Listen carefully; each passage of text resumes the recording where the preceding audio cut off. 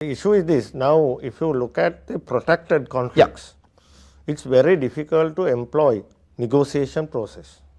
Now, if you take the second phase of the Palestinian-Israel talks, where the Barak was failed, at that time, even the Europeans thought, even Americans and Europeans thought, Yasser Arafat was a spoiler. Until he leaves, you cannot succeed negotiation. So, some extreme forces were at that point were thinking whether they can eliminate this guy from the whole process. It was very much similar to Prabhakaran situation. There was a school of thought that even at that time, negotiations cannot survive until Prabhakaran is there. There is a reason for that also. All these people are pioneers of this struggle, right? So it's very difficult to deal with their emotions, their concerns, their likings and dislikings. If you bring back this whole theory back to this whole context, my argument is that there should be a parallel approach, negotiations and pressure. Now, this gives a good answer for present situation also. Now, take after the war. What has happened? Still the political and value issues are unresolved, right? But power issue is resolved. So, if you don't resolve these political and value issues, there is another chance of starting it again. Which is a nice entry point into the domain that I also wanted to enter into, given the time that we are living in the context of a presidential election campaign. And it is precisely that, the underlying systemic values that drive our partisan political culture. As you noted, the power dynamics have changed. But my question to you, Shiral, is today there is hope in some circles that there might be a change in the executive and that people are desirous of this change. I will come back to that later, but is it not the case that a change in the executive, be it the one expected or hoped for this month or many more years into the future under the present constitution, is just precisely that? You're just changing the person, you're not addressing the systemic violence that is present that might give rise to what you said. I firmly believe that you need a systemic change. There's no argument on that. That's why I'm at a certain point I was thinking about Mr. Mahinda Rajapaksa, whether he has done a blunder or correcting. In what? In respect of bringing this whole presidential election into this time. Now, Sri Lanka is very famous for losing its opportunities since 1948. We have lost so many opportunities. We have lost tsunami opportunity. There are so many like that. Ketesh wrote a book.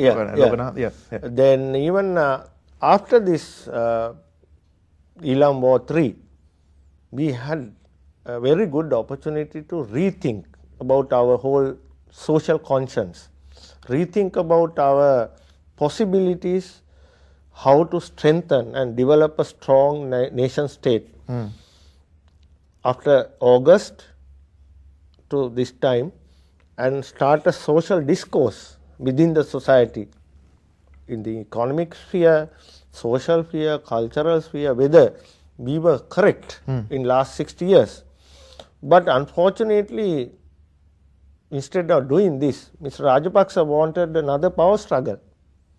He won one power struggle with Mr. Prabhakaran, and he wanted another power struggle with the UNP. And he wanted, like Prabhakaran was decimated, he wanted to decimate the main opposition. So that created this situation. Was there opposition? Yeah, I mean, whatever it is under representative democracy, there was whether nominal or... But the idea of our opposition... there was nominal opposition, we'll say in that way. So he doesn't want even that to survive, right? So this is very nature of of this regime. So he doesn't want to have a stable state with powerful opposition. So even the weakest opposition, he couldn't hold it. So he wanted the early presidential election. So this early presidential election has shattered all these opportunities that we could have built after the war. So now the society is not concerned about how to develop a strong reconciliation, political law, psychosocial law, victim perpetrator reconciliation. We are talking about how to change the government, right? So this is very unfortunate. But only silver line in this whole unfortunate situation is that now a broad opposition alliance is talking about changing the executive system, which is not healthy to have a vibrant democracy in Sri Lanka. In fact, even Mr. J.R. Jayawardena has accepted this fact. If you read his book, Higgins' book, his third volume, he has in 1978, he has said 10 points where any other president should not touch or refrain by using certain powers. But unfortunately, after J.R. Jayawardena, all the presidents used all these powers. And what has happened, these powers always tend to develop oligarchy. Now, if you take American presidency, it's systemically different. A president can bring his own personal staff as state secretaries, but they are subject to Senate committees, Senate scrutiny. But in Sri Lanka, the president brings his advisors who have no scrutiny, no responsibility, no transparency over the parliament or the people. Other than allegiance to the executive. So this is a very dangerous situation. Shiral, I must ask you because I think it is a vital question to ask. If the embodiment of that change, if the catalyst, if the hope is an individual, right, for a number of years, was the one figure, in a sense, that civil society rallied up in arms against, is not really known for a track record of democracy, of keeping to human rights, interest in human rights, media freedom, or the freedom of expression. If this is the individual for change, and the hope for change is pegged to this individual, does that not suggest a crisis in our country? Choice? I mean, if you look back the attempts of this kind of transformation, 94, the people rallied around Chandrika, but she never brought the results.